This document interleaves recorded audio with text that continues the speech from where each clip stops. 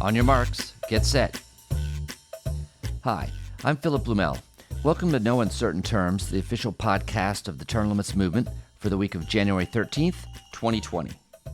A new year is the starting gun for legislators across the country who are gearing up for their 2020 sessions. Many will be considering term limits convention bills. In what states are our best prospects this year to be found? Let's ask U.S. Term Limits Executive Director Nick Tomboulides for a preview. Hey, Nick. Hey, Phil. So it's 2020. New legislative sessions are starting, and that means that our ongoing project to try to convince as many states as possible to call for a amendment writing convention under Article 5 of the Constitution, limited to the subject of congressional term limits, is underway.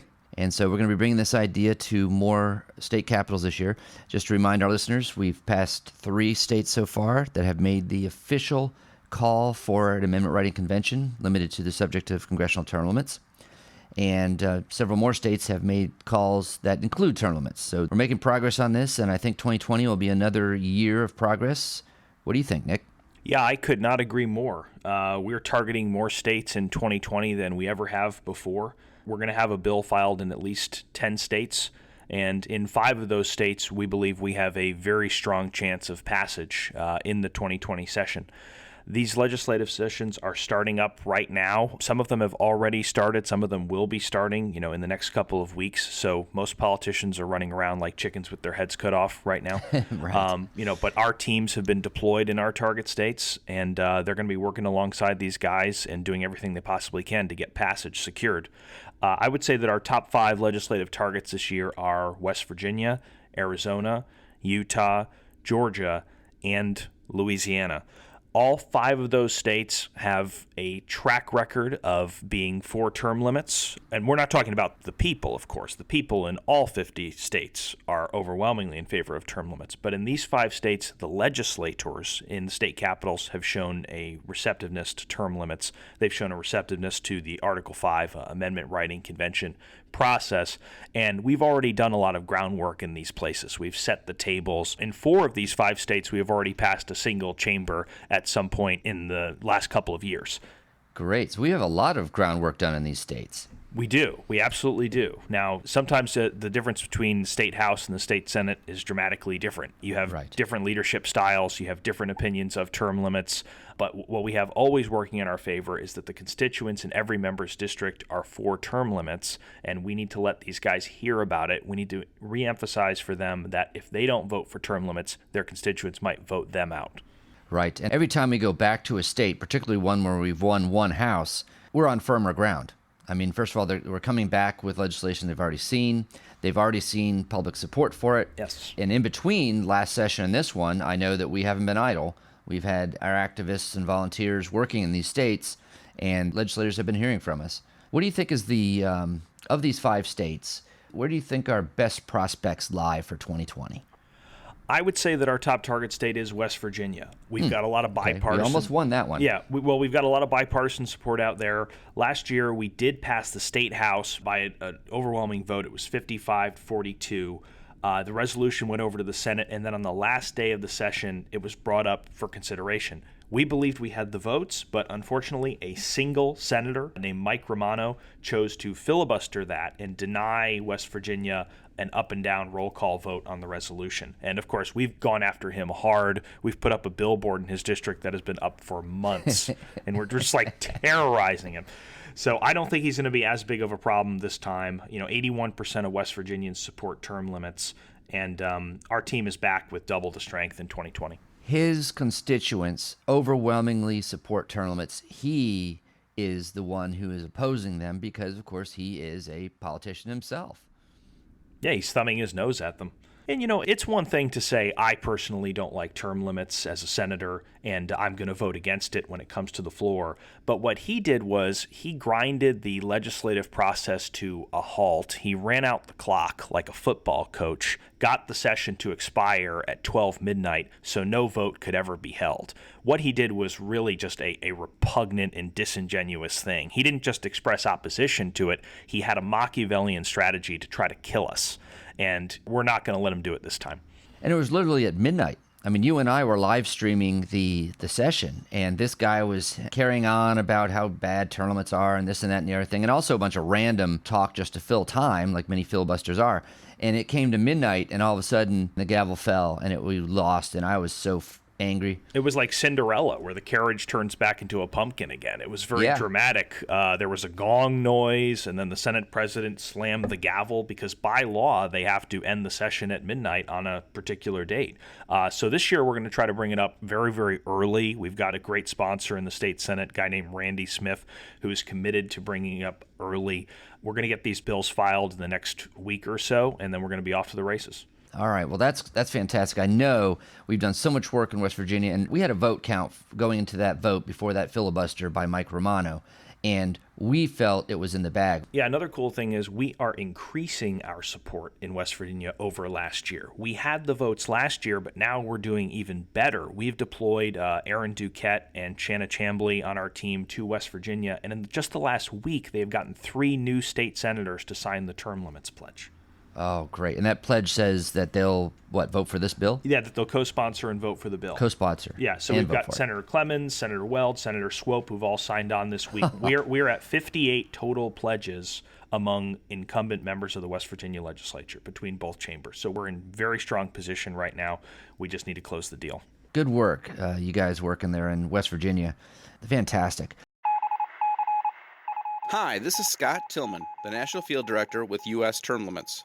We ask candidates for the state legislature to sign a pledge to help us get term limits on Congress. The pledge reads, I pledge that as a member of the state legislature, I will co-sponsor, vote for, and defend the resolution applying for an Article 5 convention for the sole purpose of enacting term limits on Congress.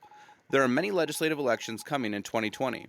In the last few weeks, we have had 7 candidates in Arkansas, 6 candidates in North Carolina, 35 candidates in Texas, and over a dozen candidates from other states who have signed this pledge to support congressional term limits from the state legislature. In Michigan, Adam Stockford, a candidate for Michigan's 58th House District, pledged to take no action that would aid or abet the abolition or lengthening of Michigan's term limits. This is an important pledge if you've been following the attacks on Michigan's term limits by lobbyists and career politicians. You can view Stockford signing the pledge on the U.S. Term Limits YouTube channel. If you have access to a candidate, please ask them to sign our pledge. Pledges are available at termlimits.com. And then the other states. I know that we've had votes in Arizona. That's been a really good one for us in the past, and I guess we're back there again this year. Yeah, Arizona is a very interesting state. We've gotten through the state house twice. Once more, the Senate is the problem. I wonder if the Senates are not the problem more often in these states because politicians in the Senate have been around longer. It's almost like a self-proving thing for term limits. They've gotten out of the House, then they might move to the Senate, so they're more seasoned. But still, we have great support there. It's going to come down to the Senate President, Karen Fann, and we hope that she is willing to bring it forward for a vote. If it comes to the floor, we believe we have the votes to pass, but we have to get it there first. And so if you live in Arizona, politely contact Senate President Fann and ask her to bring it forward so we can get a vote, we can get members on record. Isn't Senate President Fann a pledge signer herself? She is. That's what I thought. Yeah, so that's a good indication. We'll naturally be following the action in all these states. And so there were 3 others. Anything to bring up about those? What were they again? Louisiana, Georgia, and Utah. In 2 of those, in Utah and Georgia, we've passed a single chamber. Utah, we've previously gotten through the state house. Georgia, we've previously gotten through the state senate. In fact, in Georgia, we don't even need to pass the state senate again in 2020. The passage carries over from 2019. So our activists in Georgia, our volunteers, just stay focused on one thing, getting the vote in the state house. If you go to termlimits.com and you go to our action page, you can find a link that will let you contact members of the Georgia legislature. There's a lot of room for activism across the country, but particularly in these 5 states we're discussing, please stay attentive to our website, everyone, because there's going to be action items, there's going to be things to be doing all session, and we always need to act on these things very quickly. There's also going to be direct opportunities to show up in person and be involved. Like, I'll give you one example. West Virginia, we've got a Capitol Day on Friday, January 17th at 10:30 a.m. So if you come to the West Virginia State Capitol inside the rotunda on the 2nd floor, You're going to find a bunch of people with term limit shirts, and they're going to go around talking to members of the legislature and asking for a vote. Great. And how do people sign up to do that? It must be on our website. It is, yes. If you go to termlimits.com/WV Home, you'll find all the information about West Virginia. You can also find our Facebook page, West Virginia Term Limits. Okay. Well, this is all very exciting. Like, it's going to be a great year. Now, it's early, though, so there's probably not a whole lot of action yet, or maybe there is. Well, there is some action. It's come out of an unexpected place. Believe it or not, we just had a floor vote in the state of New Hampshire. We were not expecting to pass in New Hampshire. It was not one of our top-tier target states. But through the sheer grit and tenacity of Ken Quinn, our Northeast Regional Director, we actually did get the floor vote. We got some members on record. It was a doozy in terms of the overall numbers. The first thing that happened was a committee vote, and the committee voted that this was inexpedient to legislate, which is exactly what you think it is. That term limits is not important. The committee voted. Right. 10 said it was inexpedient, 2 said it wasn't, and there were 8 who were not voting. Unfortunately, in New Hampshire, it's a state run by Democrats, but there's this guy in the Republican leadership named Al Baldessaro. He's a 7-term state rep. He's the biggest obstacle in New Hampshire. He claims to be a Trump guy, but then he won't help Trump drain the swamp with term limits. So he constantly obstructs these bills because he's apparently a Trumper in name only. So Baldessaro led a little revolt to try to strip this bill down to the bare bones and make it so ineffective that it basically wouldn't mean anything. Meanwhile, our sponsor, Betty Gay, was determined to get the bill to the floor in New Hampshire. And moving a bill to the floor is important because even if it doesn't pass, you have a treasure trove of information about where all the legislators stand. So she was pushing to get it to the floor, whereas the anti-term limits members were trying to avoid a vote. And what it came down to was this. It came down to the leadership in New Hampshire agreed to have the vote, but they didn't want anyone on record. So they have a special little feature in New Hampshire where if 10 people do not stand up and call for a roll call, then they get something called a division vote, where they take the vote, but no one's name is attached to their vote. So there's zero accountability when you do it like that. And what we had to do, what Ken Quinn's challenge was to find 10 members who were willing to stand up on the floor and demand the roll call so we know where everybody stands. And Interesting. Did he do it? He did it. He did it. Oh, I should have asked the question. It's Ken Quinn we're talking about here. That's fantastic. Great work, Ken. And so Ken took volunteers to the Capitol. They stood outside the chamber. They had term limit signs, term limits T-shirts, literature. He was calling and texting members to get the 10 people who would stand up. He had a couple who had to defect, who had to go home because they had like personal emergencies, and he still managed to find the 10 who would stand up and do it. So the roll call vote was held. We were crushed, mind you, in the roll call. It was 318 to 27.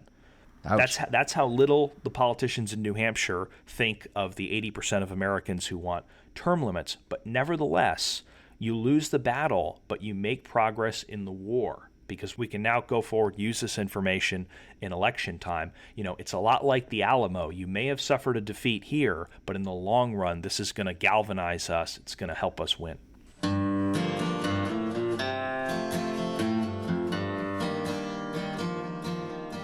Mark your calendars. February 27th is National Term Limits Day.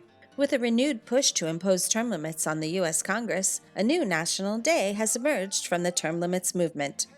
The idea is simple enough. On February 27th each year, everyone is encouraged to make a show of public support for term limits. This can be as simple as posting a term limits sign in your yard or wearing a term limits t-shirt or hat on Term Limits Day, Thursday, February 27th this year. We'll be Facebooking, tweeting, and promoting videos on social media using the hashtag Term Limits Day to send a message to remind our federal and state representatives that the masses support term limits. Remind those politicians that our support is not passive. We expect action from our representatives, and we expect it now. Why February 27th? That's the date that commemorates the ratification of the 22nd Amendment to the Constitution, which imposed term limits on the President of the United States.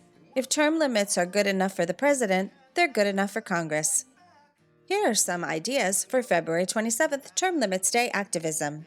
Post a pro-term limit sign in your yard. You can make one of your own or purchase one from the store at termlimits.com/store. Hang a Pro Term Limits banner over a busy overpass. Maybe Happy Term Limits Day, February 27th, or Term Limit Congress. Organize a sign wave at a busy intersection. Honk if you love term limits, and enjoy the public support you'll hear from passersby. Use Term Limits Day as your annual reminder to contact your representative on the issue. Go to termlimits.com/legislators and use the online tool. This takes no more than 5 minutes to contact both your federal senators and your U.S. House rep. Wish them a happy Term Limits Day and remind them you favor a congressional term limits amendment to the Constitution. Take a selfie holding a Happy Term Limits Day sign and post it on your social media. Send an email to all your friends wishing them a happy Term Limits Day and suggest to them that they sign the Citizens Online Petition for Congressional Term Limits at termlimits.com. We need to have a huge push on social media, and we want everyone to contact your Congress members asking them to co-sponsor SJR 1 in the Senate and HJR 20 in the House.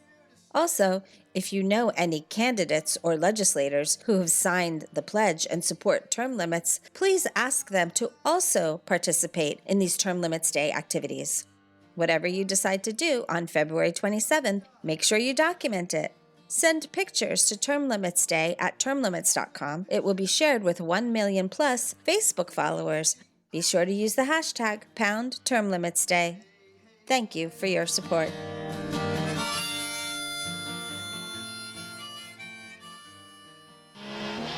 School board term limits are back, baby. All right. Back in the state of Florida. That's good. I know that the big news is we have the bill for 8-year term limits for all the school boards in the whole state is back in the legislature. It's been entered by State Representative Anthony Sabatini. Yes. But there's a new state senator that's sponsoring it over in the other house, Lauren Book. Yes. Tell me a little bit about Lauren. I don't know her. Florida is one of the most politically diverse states in the country, as you know. That's why our elections are so close. That's why everyone is sitting on the edge of their seats every 4 years waiting to see whether we go blue or red. We've got really red areas and we've got really blue areas. Lauren Book is from the deepest blue part of our state, Broward County, sandwiched between Palm Beach and Miami. She is as progressive and democratic as they come, and she's a term limit supporter. Politically, she's the polar opposite of our House sponsor, who is a dyed-in-the-wool conservative Republican. She is a progressive Democrat, and amazingly, they are working together. They're working together because term limits unite all Floridians. So she's filed the Senate companion. This is the first time we've had a Democratic sponsor. She was in the news yesterday. She was asked by Florida State Radio, well, why are you doing this? And she basically said, I'm disappointed with my school board. As you know, there was a parkland tragedy in Broward. It's a very sad thing. And once that happened, they had a panel that came out with these mandates for how to make the schools more secure. Unfortunately, the school boards didn't implement most of that. They sat on their hands. They were focused more on serving special interests. They were serving more on advancing their own careers, and they lost sight of their priorities. And she said that was the story that brought me to supporting term limits. I didn't before, but now I think 8 is enough. So it's an incredible story in Florida. It's a story of people from both parties working together and doing something amazing for the good of our state. Right. Well, we know from polling, and we've had very recent polling on the subject. In 2018, we found that 82% of Florida voters supported a constitutional amendment term limiting all school board members to 8 years. And we did polling in 2019 by Pulse, showed that 84% of voters preferred a term limit of 8 years rather than 12 years. And when you break that down, 85% of Republicans supported this idea of 8-year term limits, 80% of Democrats, and 82% of independents. So it should not be very surprising that we'd have a Democrat and a Republican sponsor. I think that mirrors what the people are asking for, so that's tremendous. Now, we've been down this road before. Now, you and I have worked very hard on this. U.S. Term Limits has worked hard on it. We have a lot of activists and volunteers in Florida have worked very hard on this. This is our third try. And so now the bills have been re-entered again with more backing, with the polling still there. We're going to work on it once again, and I think our prospects are a lot better this year of getting that on the ballot for a vote of the entire state, and I'm quite confident that the voters will approve it. Polling certainly indicates so. So great. Last year, we were looking for a Democrat to help us out in the Senate and vote for it. Now we've got a Democratic sponsor in the Senate who is widely respected, who's known as a leader in her caucus. And so I think she can make the argument persuasively to her colleagues that this is a great thing for the state of Florida, great thing for Democrats and Republicans. And for the citizens. I'm gearing up for Tournaments Day coming up on February 27th. And I went and spoke at a political meeting the other day. I asked if I could have 2 minutes to make an announcement, and I was told I could. And I had all my signs that said Tournament Congress out in the hall outside the meeting. And I made my announcement that I basically asked the question, are there any Tournament supporters in here? And, of course, there was lots of applause, naturally. And I said, okay, great. This room is in line with the electorate of the United States of America, and mentioned the polling. And I said that we need to let politicians know this every year, and a great way to do that is via Tournaments Day. This is the second iteration, and ask them to make some kind of public show of support for tournaments on that day. And so I said, I'm out in the hall. If you want to pick up a sign for your yard, pick one up, give me your email address and your name so that I can send you a reminder on the night before, February 27th, to put the sign out in the morning. And I was mobbed. They took all my signs. In fact, I had to take a bunch of names of people that will have to drop a sign on their lawn for them because we ran out of signs. I had to order some more. So people love this idea. All you need to do is go out and ask them.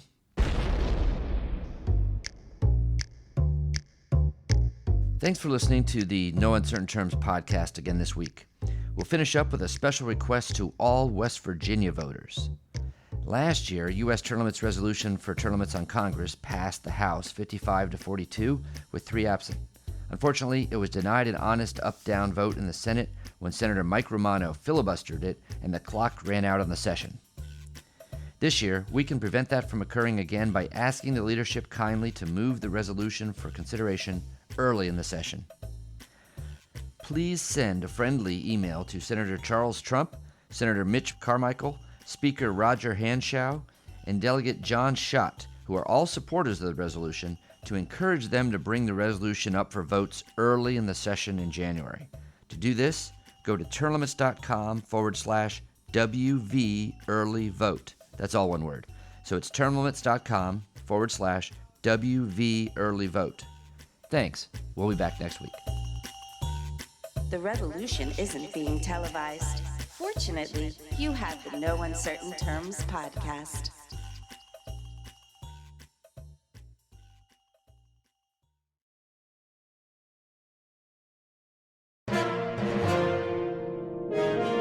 USTL.